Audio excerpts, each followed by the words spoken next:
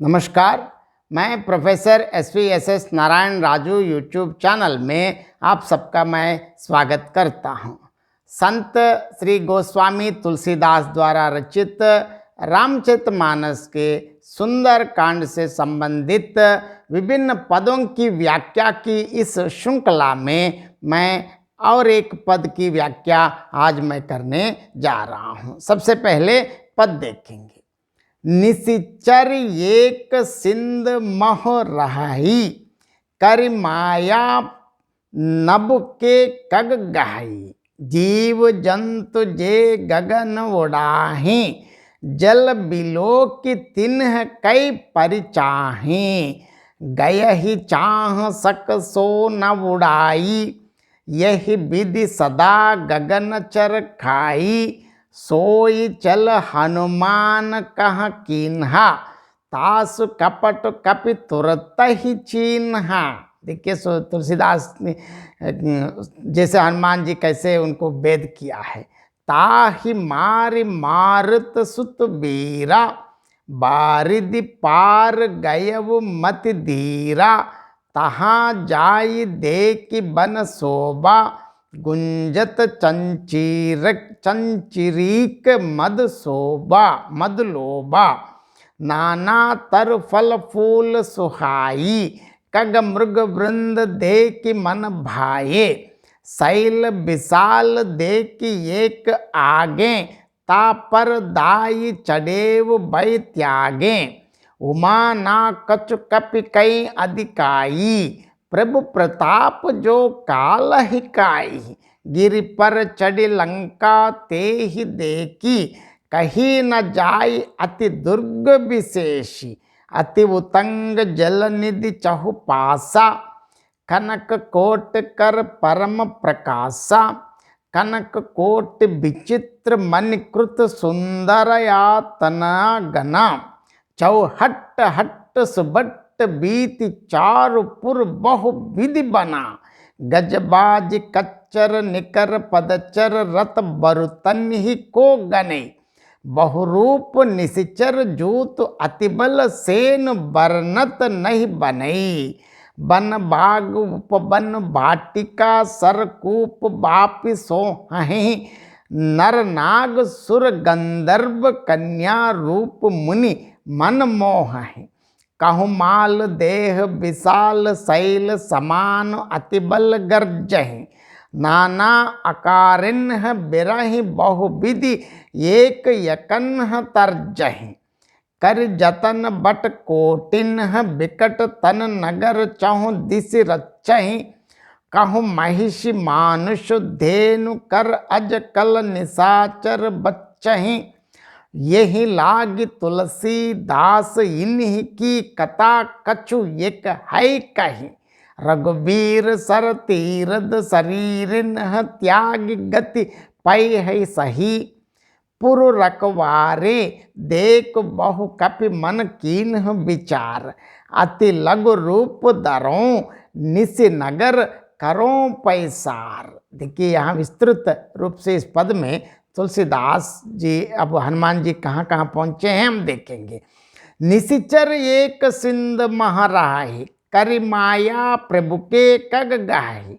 जीव जंतु जे गगन उड़ाही, जल बिलोक तिन्ह कई परचाही। देखिए समुंदर में एक राक्षसी रहती थी। कैसे वो माया करके आकाश में उड़ते हुए पक्षियों को पकड़ लेती थी। कैसे पकड़ लेती थी देखिए, आकाश में जो जीव जंतु उड़ा करते थे वो जल में उनकी परछाई देखकर गहहि चाह सक सो न उड़ाई।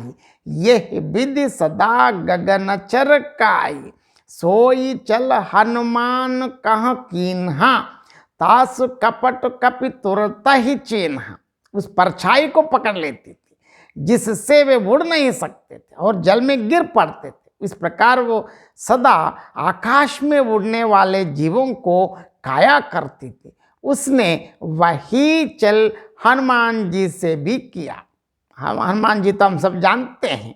हनुमान जी ने तुरंत ही उसका कपट पहचान लिया। ताहि मारि मारुत सुत बीरा, बारिदि पार गयव मत दीरा, तहाँ जाई देखि बन शोभा, गुंजत चंचरीक मदलोबा। पवन पुत्र देखिए धीर बुद्धि और श्री हनुमान जी उसको मारकर समुद्र के पार गए हैं। वहाँ जाकर उन्होंने वन की शोभा देखी। वहाँ क्या हो रहे हैं, मधु मतलब पुष्प रस के लोभ से भौरे गुंजार कर रहे थे। नाना तरु फल फूल सुहाए, कग मृग वृंद देखि मन भाए, शैल विशाल देखि एक आगे, ता पर दाई चढ़ेव बय त्यागे। अनेकों प्रकार के वृक्ष फल फूल से शोभित हैं। पक्षी और पशुओं के समूह को देखकर तो वे मन में बहुत ही प्रसन्न हुए। सामने एक विशाल पर्वत देखकर हनुमान जी भय त्याग कर उस पर दौड़कर जा पड़े। वहां बैठे थे, क्या हो रहे हैं अब देखेंगे। उमा ना कछु कपि कई अधिकाई, प्रभु प्रताप जो काल ही काई, गिरि पर चढ़ लंका ते ही देखी, कहीं न जाई अति दुर्ग विशेषी। शिव जी कहते हैं देखिए हे उमा, इसमें वानर हनुमान जी की कुछ बड़ाई नहीं है, वो प्रभु का प्रताप है। क्योंकि राम कार्य पे गए हैं तो क्या नहीं कर सकते। जो मतलब प्रभु इतने प्रतापी हैं कि वे काल को भी खा जाता है। पर्वत पर चढ़कर उन्होंने लंका देखी, बहुत ही बड़ा किला है, कुछ कहा नहीं जाता। कैसे है देखिए, अति उतंग जलनिधि चहुपासा, कनक कोट कर परम प्रकाशा। मतलब यह अत्यंत ऊंचा है, उसके चारों ओर समुद्र है, सोने के परकोटे मतलब चार दीवारी का परम प्रकाश हो रहा है। कनक कोट विचित्र मणिकृत सुंदर या तनना घना, चौहट हट्ट सुबट्ट बीती चारुपुर बहु विधि बना, गजबाजी कच्चर निकर पदचर रत बरुतन ही को गने, बहुरूप निश्चर जूत अतिबल सेन बरनत नहीं बने। देखिए लंका कैसे हैं, विचित्र मणियों से जड़ा हुआ सोने का परकोटा है। उसके अंदर बहुत से सुंदर सुंदर घर हैं, चौराहे, बाजार, सुंदर मार्ग और गलियां हैं। सुंदर नगर बहुत प्रकार से सजा हुआ है। कैसे, हाथी, घोड़े, कच्छरों के समूह तथा पैदल और रथों के समूह को कौन गिन सकता है। अनेक रूपों के राक्षसों के दल हैं। उनकी अत्यंत बलवती सेना वर्णन करते नहीं बनती। मतलब इतने बड़े हैं कि वर्णन भी नहीं करना मुश्किल है। बन बाग उपवन बाटिका सरकूप बापि सोहाहे, नर नाग सुर गंधर्व कन्या रूप मुनि मन मोह है, कहु माल देह विशाल शैल समान अतिबल गर्ज है, नाना अकारिन बिरहि बहुविधि एक यकन तर्ज है। देखिए अब वन, बाग, उपवन, बगीचे, फुलवाड़ी, तालाब, कुएं और बावलियां सुशोभित हैं। मनुष्य, नाग, देवताओं और गंधर्वों की कन्याएं अपने सौंदर्य से मुनियों को भी मनों के मोह लेती हैं। कहीं पर्वत के समान विशाल शरीर वाले बड़े ही बलवान मल्ल पहलवान गरज रहे हैं। ऐसे अनेकों अखाड़ों में बहुत प्रकार से भिड़ते और एक दूसरे को ललकारते हैं।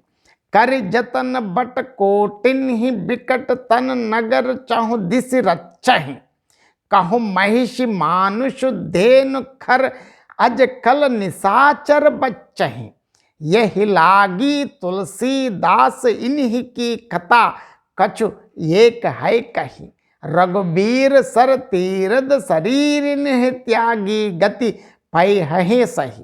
भयंकर शरीर वाले करोड़ों योद्धा यत्न करके बड़ी सावधानी से नगर की चारों दिशाओं में सब ओर से रखवाली करते हैं। कहीं दुष्ट राक्षस भैंसों, मनुष्यों, गायों, गधों और बकरों को खा रहे हैं। तुलसीदास ने इनकी कथा इसलिए कुछ थोड़ी सी कही है कि ये निश्चय ही श्री रामचंद्र जी के बाण रूपी तीर्थ में शरीरों को त्याग कर परम गति पाने वाले हैं, पावेंगे। पुर रखवारे देख कि बहु कपि मन कीन है विचार, अति लघु रूप दरों निस नगर करो पैसर। नगर के बहुसंख्यक रखवालों को देखकर हनुमान जी ने मन में विचार किया है कि अत्यंत छोटा रूप धरूं और रात के समय नगर में प्रवेश करूं। देखिए, तो हनुमान जी तो बुद्धि हम सब जानते हैं, अतुलित बलधामा, मतलब इतने बुद्धिवान हैं। देखिए अब कैसे गए हैं हम तुलसीदास के शब्दों में, और एक बार हम देखेंगे। समुद्र में एक राक्षसी रहती थी, आकाश में उड़ते हुए पक्षियों को वह माया करके पकड़ लेती थी। आसमान में जो जीव जंतु उड़ा करते थे, जल में उनकी परछाई देखकर वह राक्षसी उस परछाई को पकड़ लेती थी, जिससे वे उड़ नहीं पाते थे। इस तरह वह सदा आकाश में उड़ने वाले जीवों को खा जाया करती थी। उसने वही छल हनुमान जी से भी किया, लेकिन हनुमान जी ने तुरंत ही उसके इस छल कपट को पहचान लिया। उसको मारकर पवन पुत्र धीर बुद्धि वीर श्री हनुमान जी समुद्र के पार गए। वहां जाकर उन्होंने वन की शोभा देखी। मतलब पुष्प रस के लोभी बौरे गुंजार कर रहे थे। नाना प्रकार के वृक्ष फल फूल से सुंदर लग रहे थे। पक्षी और पशुओं के समूह को देखकर उनका मन प्रसन्न हो उठा। सामने एक विशाल पर्वत को देखकर वे निर्भय होकर उस पर दौड़कर जा पड़े। अब वहां से क्या क्या देखा है हम आगे तुलसीदास के शब्दों में देखेंगे। शिवजी कह रहे हैं, हे उमा, इसमें हनुमान जी की कुछ बड़ाई नहीं है, यह तो प्रभु की महिमा है जो काल को भी खा जाती है। पर्वत पर चढ़कर उन्होंने लंका देखी। वहाँ एक बहुत ही बड़ा किला है जिसका वर्णन नहीं किया जा सकता। कैसे? वह अत्यंत ऊंचा है और उसके चारों ओर समुद्र मतलब लहरा रहा है। देखिए, सोने के परकोटे चार दीवारी का परम प्रकाश व्याप्त हो रहा है। और देखिए लंका का वर्णन देखिए, चित्र विचित्र मणियों से जड़ा हुआ सोने का परकोटा है। उसके अंदर अनेक सुंदर सुंदर घर बने हैं, चौराहे, बाजार, सुंदर रास्ते और गलियां हैं। और वह सुंदर नगर तरह तरह से सजा दजा है। हाथी, घोड़े और कच्छरों की टोलियों तथा पैदल और रथों के समूह को कौन गिन सकता है। अनेक रूपधारी राक्षसों के दल हैं। उनकी अत्यंत बलवती सेना का वर्णन करते नहीं बनता है। वन, बाग, उपवन, फुलवारी, तालाब, कुएं और भावलियां शोभा दे रही हैं।